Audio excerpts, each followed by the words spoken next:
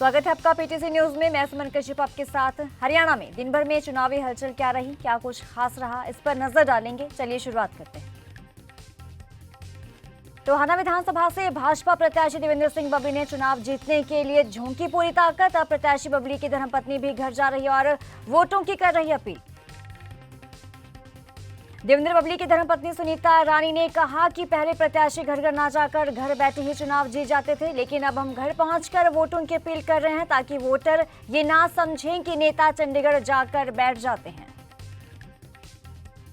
कुशाम विधानसभा क्षेत्र से भाजपा उम्मीदवार श्रुति चौधरी ने आगामी हरियाणा विधानसभा चुनावों के लिए अपना नामांकन दाखिल किया। इस दौरान उन्होंने कहा कि भाजपा ने हर वर्ग के लिए काम किया, किसानों के लिए काम किया। किरण चौधरी ने कहा कि श्रुति ने तो शाम के लिए काम किया है, हम सभी ने ईमानदारी के साथ बढ़ चढ़कर काम किया। रोहतक विधानसभा से टिकट न मिलने के चलते नाराज आम आदमी पार्टी के प्रदेश प्रवक्ता लवलीन टुटेजा ने कांग्रेस का दामन थाम लिया। पूर्व मुख्यमंत्री भूपेंद्र सिंह हुड्डा ने उन्हें पटका पहनाकर कांग्रेस में शामिल कराया। कांग्रेस में लवलीन टुटेजा के शामिल होने पर भूपेंद्र सिंह हुड्डा ने कहा कि पार्टी उन्हें पूरा मान सम्मान देगी। आगे कहा कि कांग्रेस में कोई असंतोष या भगदड़ नहीं है। हुड्डा ने कहा कि कांग्रेस की टिकट लिस्ट में कोई देरी नहीं हो रही और पार्टी में सब कुछ ठीक चल रहा है। और तंज कसते हुए ये भी कहा कि अगर भगदड़ देखनी है तो भाजपा में देखो। सिरसा की राजनीति में एक और बड़ा धमाका देखने को मिला। इनेलो और हलोपा का हुआ गठबंधन। इनेलो विधायक अभय सिंह चौटाला और गोपाल कांडा से मुलाकात की और अभय चौटाला ने इस मौके पर गोपाल कांडा के साथ मंच भी साझा किया। गोपाल कांडा को पूर्ण समर्थन देने का ऐलान किया। हरियाणा में कांग्रेस भाजपा में टिकट बंटवारे के बाद नामांकन के आखिरी दिन भी बगावत नहीं थमी। देश की सबसे अमीर महिला सावित्री जिंदल ने निर्दलीय उम्मीदवार के तौर पर नामांकन भर दिया और भाजपा ने उन्हें हिसार से टिकट नहीं दी तो उन्होंने ये फैसला लिया। सावित्री जिंदल ने पत्रकारों से बातचीत करते हुए कहा कि हिसार की जनता का आदेश हुआ, आप चुनाव लड़ो तो मैं नॉमिनेशन फाइल कर रही हूं और मेरा ये आखिरी चुनाव है। मैं हिसार की जनता की 5 साल सेवा करना चाहती हूं। हिसार के लोगों का भरपूर समर्थन मिल रहा है। करनाल विधानसभा सीट से पूर्व में विधायक रह चुकी और कांग्रेस की प्रत्याशी सुमिता सिंह ने अपना नामांकन पत्र भरा और मीडिया से बातचीत में जहां उन्होंने ये चुनाव करनाल की जनता लड़ेगी और ये चुनाव बेरोजगारी को लेकर है, ये कहा। केंद्रीय मंत्री मनोहर लाल ने असंध और नीलोखेड़ी विधानसभा में प्रत्याशियों का नामांकन भरवाया और साथ ही उन्होंने अपनी जीत का दावा भी किया। पूर्व डिप्टी सीएम दुष्यंत चौटाला का भाजपा और कांग्रेस पर कटाक्ष। बोले भूपेंद्र सिंह हुड्डा की घबराहट के चलते कांग्रेस ने अपने प्रत्याशियों को अंतिम मौके पर उतारना पड़ा और कांग्रेस ने उम्मीदवारों के नाम 20-20 हजार रुपए लूटे। दुष्यंत चौटाला ने कहा कांग्रेसियों की फूट सामने आएगी, अपने ही उनको हराकर रिकॉर्ड बनाएंगे। इनेलो बसपा गठबंधन का क्या हाल होगा, नाई के बाल की तरह सामने आ जाएगी उनकी असलियत। जजपा आसपा गठबंधन को प्रदेश की जनता का मिलेगा पूरा जनमत, ये कहा दुष्यंत चौटाला ने।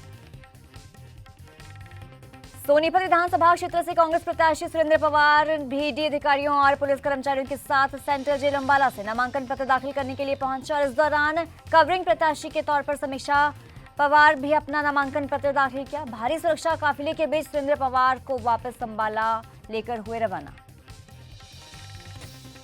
यमुनानगर की जगाधरी विधानसभा से पूर्व मंत्री अकरम खान ने भी अपना नॉमिनेशन दाखिल किया। इसके बाद अकरम खान ने दावा किया कि हरियाणा में तो कांग्रेस सरकार बने ही साथ में जगाधरी विधानसभा में भी प्रचंड जीत हासिल करेंगे।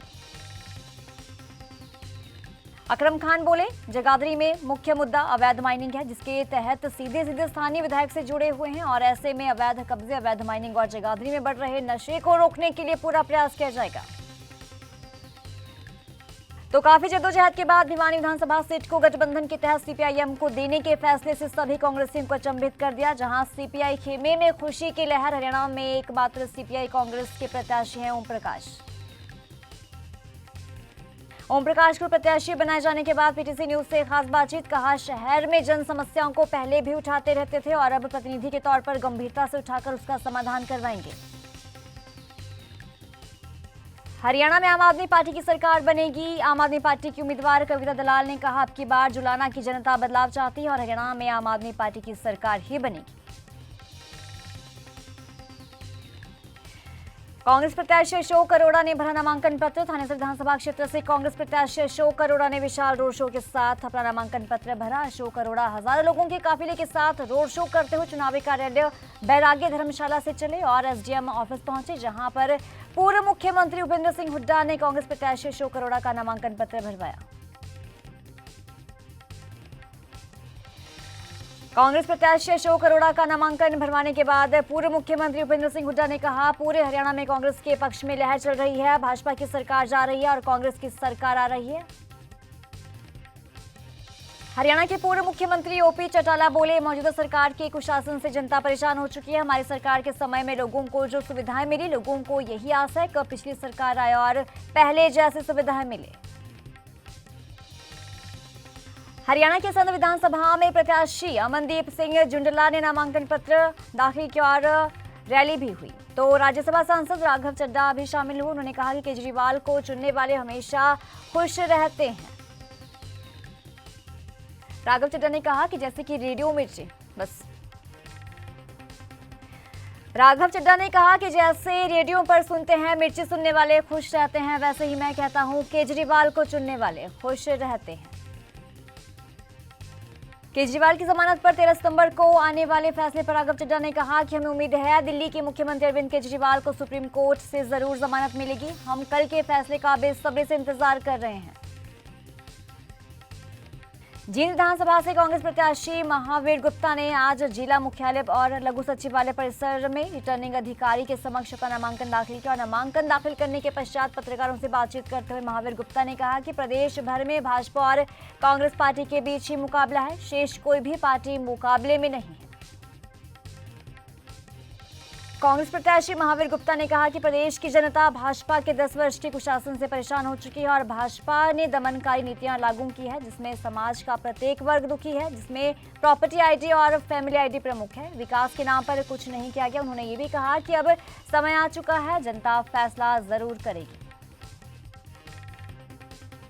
महेंद्रगढ़ में पूर्व शिक्षा मंत्री प्रोफेसर रामविलास शर्मा विधानसभा चुनाव नहीं लड़ेंगे। उन्होंने कार्यकर्ताओं के समक्ष ऐलान कर दिया है कि उन्हें पार्टी का फैसला मंजूर है और वो पार्टी के साथ खड़े रहेंगे। इससे पूर्व केंद्रीय मंत्री कैलाश चंद चौधरी और जिला प्रभारी शंकर धूपर उनको मनाने के लिए उनके आवास पर पहुंचे थे और इसके अलावा पार्टी प्रत्याशी कंवर सिंह यादव भी सुबह उनके सतनाली आवास पर मनाने के लिए पहुंचे थे। मीटिंग के दौरान पूर्व मंत्री रामविलास शर्मा और कार्यकर्ता भावुक हो गए थे। रामविलास शर्मा ने कार्यकर्ता को संबोधित करते हुए कहा कि उनका 55 साल का संघर्ष रहा है और इस दौरान मैंने डंडा नहीं बदला, झंडा नहीं बदला और एजेंडा नहीं बदला। अब वो भावुक होकर मुझे कमजोर ना करें। मीटिंग में सभी कार्यकर्ता भावुक हो गए और उन्होंने पूर्व केंद्रीय मंत्री कैलाश चौधरी और चुनाव प्रभारी को खरी खोटी सुनाई।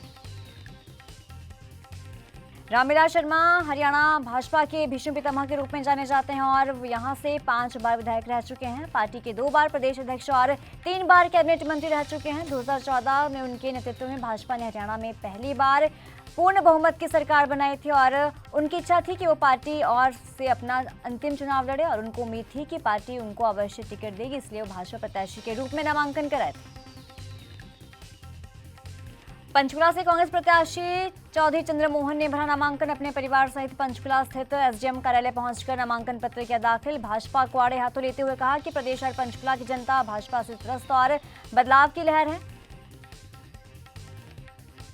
नामांकन भरने से पहले चौधरी चंद्रमोहन ने अपने परिवार, समर्थकों और कार्यकर्ताओं सहित पंचकुला के विभिन्न सेक्टर में निकाला भव्य रोड शो। इस अवसर पर सैकड़ों की संख्या में उनके समर्थक और कार्यकर्ता मौजूद रहे।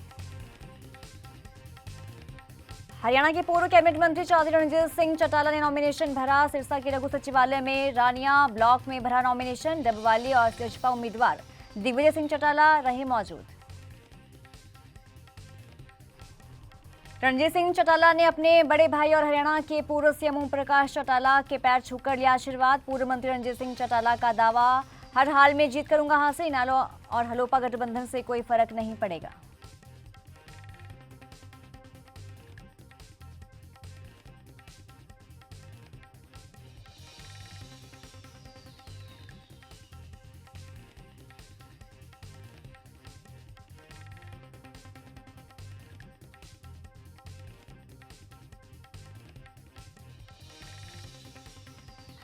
तो हरियाणा में आज दिन भर में क्या कुछ खास रहा, क्या कुछ चुनावी हलचल देखने को मिली, हमने आपको बताया। पल पल के अपडेट के लिए आप जुड़े रहिए पीटीसी न्यूज के साथ।